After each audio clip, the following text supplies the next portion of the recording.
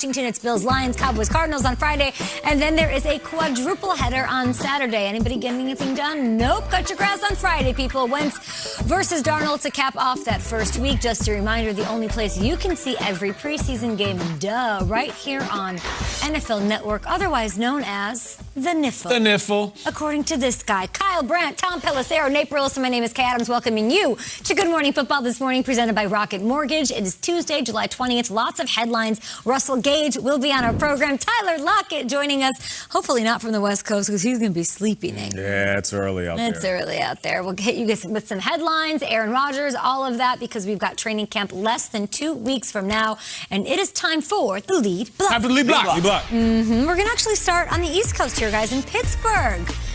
We got some news yesterday, according to our very own NFL Network insider, Ian Rappaport. The Steelers are signing pass rusher Melvin Ingram.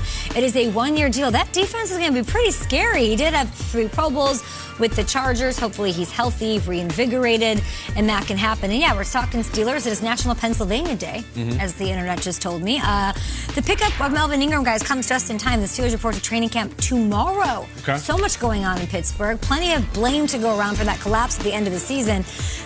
Still reigning division champs, though. Let's keep it real here. How can they stay atop what has become a very competitive, very intriguing AFC North in 2021? They have to be able to push the ball downfield, especially just in the AFC North. You look at the squad that they're going to be going up against that is at the top. That's Lamar Jackson. Even Lamar, known as a running quarterback, can push the ball downfield. Baker Mayfield and the Browns, they can push the ball downfield. You know, Joe Burrow, especially with them adding young Chase to the wide receiver group, they're going to push the ball downfield. Points. Big Ben, towards the end of the season, that offense just didn't have it. Yeah. At first, we were blaming the wide receivers. Too many drops. And then we were looking at those intermediate passes that worked so well in the beginning of the season. Defenses started to basically fold all underneath Big Ben and everything that he was doing from 5 to 15 yards. And you're looking at it right here. I mean, bottom of the barrel, of course, touchdowns, that's a little bit of a different story. But as far as that intermediate pass game, teams are saying, okay, Big Ben doesn't want to run with the ball. He wants to get the ball out of his hands fast. So let's blitz him and stay underneath everything. And it worked. It really shut down that offense. So they're going to have to keep up with the young fellas. And I know Big Ben is in great shape, but how does that translate, though? You know what I mean? Like, Kyle talks about coach speak and what coaches are saying about quarterbacks. Daniel Jones, he's a really good leader. He's doing good things. And Tua is fantastic. And you know what? I could care less about how you describe your quarterback. I could care less how Big Ben describes himself. How is that going to translate to a better offense? If a guy says he's going through a midlife crisis and gets a leather jacket and a motorcycle, how is it going to translate to you having a better life? If it does, hey, great for you. But if it doesn't, you might want to trade it in for something else. So if he's in great shape, cool. Is that going to translate to a better offense? I don't think Ben's getting the motorcycle again. No, he's been down that road. I would go to the microbrewing beers or smoking meats or something. Listen, they're going to be really good. They have really good players. Melvin Ingram's an excellent player. This is a really meaningful ad. Yeah. My thing is the ultimate coach speak. Finish. They got to finish. Yeah. Full disclosure, I'm a little bit of a sick puppy. One of the things I like to look at on YouTube sometimes when I'm bored is there's a thread of videos that are of people running marathons or Ironman triathlons, and like they seize up in the final mile, like their legs start cramping. And I find it fascinating how they try to fight through it. Like they can't bend their legs. You watch those? I love it. Like I actually find it a really Legs compelling. get the wobbling. Yeah, I mean they're like they can't move their legs and they're crawling to finish. I find it inspiring in a way. It's like every nightmare I have. It is. It's once nightmarish, but also like kind of motivational. Yeah. I like it. So I like it, and unfortunately, I see the Steelers in a lot of those teams and a lot of those people. Last year, 11-0, lose 5 of their last 6 games. Okay, that's 1 year. Year before that, they were 8-5. Roethlisberger's hurt, 8-8, missed the playoffs.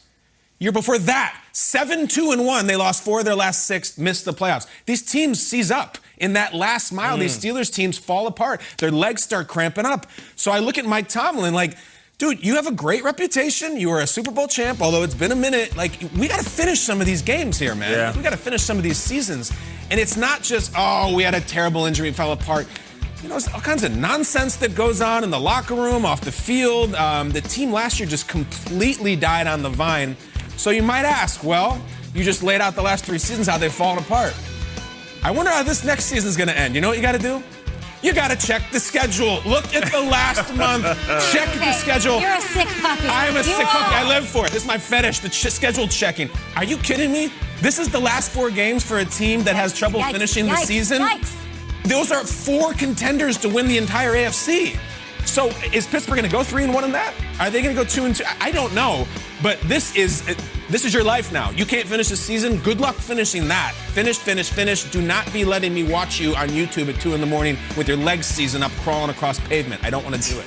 It's weird to even hear the question, how did the Steelers stay atop the AFC North? That's what's weird after what he just said. Does it feel like the Steelers were on top of the division at the end of last season? That's all anybody remembers. It's not the hot start. It's everything that happened from Bud Dupree's injury, the way that they just kind of came unglued, the way that offense struggled. When Mike Tomlin said, we suck, they kept dropping passes. I want to see Juju Smith-Schuster catch a little something I call contract fever. Now, he was in the contract year last season. Pop quiz, Nate. How many catches did Juju have in 2020? I don't know, about 70? 97 catches. Again, things that don't feel like that. He averaged 8 yards per catch. All we remember from last season is dancing on the logo and Von Bell lighting him up in that Monday night game where the Bengals ended up beating Pittsburgh. Juju, back in 2018, he was on top of the world. Massive second season. He's doing pizza commercials with Antonio Brown. That guy is still there. He's 24 years old. He's got the opportunity on this team to have a huge year. Take away all the nonsense. You can do the TikTok videos, just not right there, not in the middle of the logo, anywhere else. He's got a huge opportunity here. Play like you're in a contract year because he re-signed on a 1-year deal because the money wasn't out there. That has to be humbling on some level. I think the Juju's got an opportunity to do something big. And Najee should help a guy you really like there. I'm worried about the offensive line. Makes me a little nervous. Their defense was 3rd best in the National Football League last year. I think if they want to stay atop the division, they have to be number 1. This is my pick for number 1 defense in the game, and I don't think that's crazy.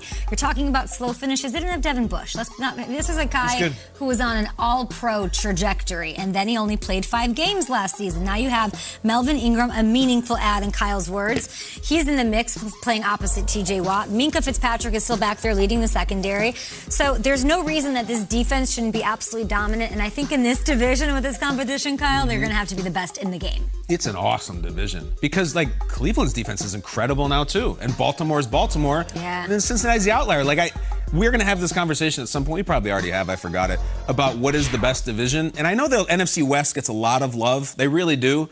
Are you telling me there's not 3 playoff teams in the AFC North? It really looks like it right now. Name a better division. I would throw that out. I don't know if I can do it. Just the West. I was thinking about that last night, and I came away with the conclusion that I am jumping on the AFC North as the best division in all of football. Last year it was the NFC West, and we were excited about everything that went on. And I feel like it would have been better if San Francisco would have stayed healthy.